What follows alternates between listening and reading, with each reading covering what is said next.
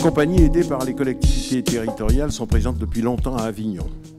Mais depuis une douzaine d'années, les unes après les autres, les régions investissent le off en leur nom propre. Certaines, à l'instar des Pays de la Loire ou de Champagne-Ardenne, ont choisi de se concentrer sur un lieu qu'elles gèrent. D'autres, comme la région Nord-Pas-de-Calais, qui fut pionnière, préfèrent installer leur programmation sur plusieurs théâtres. Plus indirectement encore, les scènes nationales, les centres dramatiques, les centres de développement chorégraphique sont chaque année plus investis.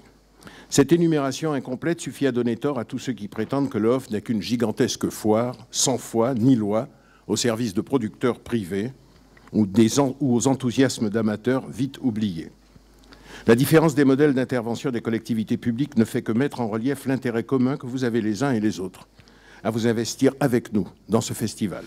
Parce que comme nous nous sommes rencontrés avec Greg et son équipe, on a commencé par échanger et il m'a confié son ressenti sur un malentendu en fait, qui était vécu par lui-même et par son équipe vis-à-vis d'un certain nombre d'institutions et les régions en faisaient partie.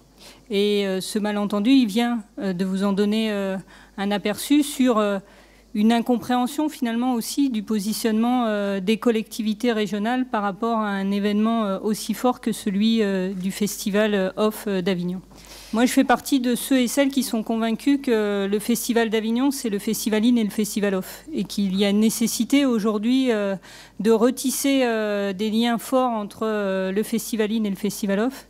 Et il y a aussi effectivement nécessité à reconnaître tout ce que le Festival Off apporte à notre ville pendant 3 semaines et tout ce qu'il apporte globalement à la culture et à la création artistique. Le débat de ce matin doit être une première étape vers un partenariat qui doit nous amener à tisser des liens un peu plus forts entre les collectivités régionales et le Festival Off. Est-ce qu'il y a des bonnes pratiques qui sont ressorties? Parce que chacun fait quelque chose de différent. Finalement, les 22 régions ont quasiment des actions différentes.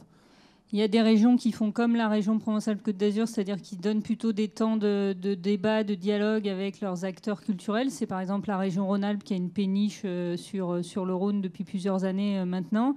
Il y en a d'autres qui louent un lieu et qu'elles mettent à disposition spécifiquement de leur compagnie. Donc là, pour les compagnies, c'est vrai que c'est une aide importante parce que ça veut dire que la compagnie, elle n'a pas à louer un créneau horaire et elle est sûre là aussi d'avoir un accompagnement, y compris certaines régions prennent en compte l'hébergement, le déplacement, donc vont très loin dans l'accompagnement à des jeunes compagnies.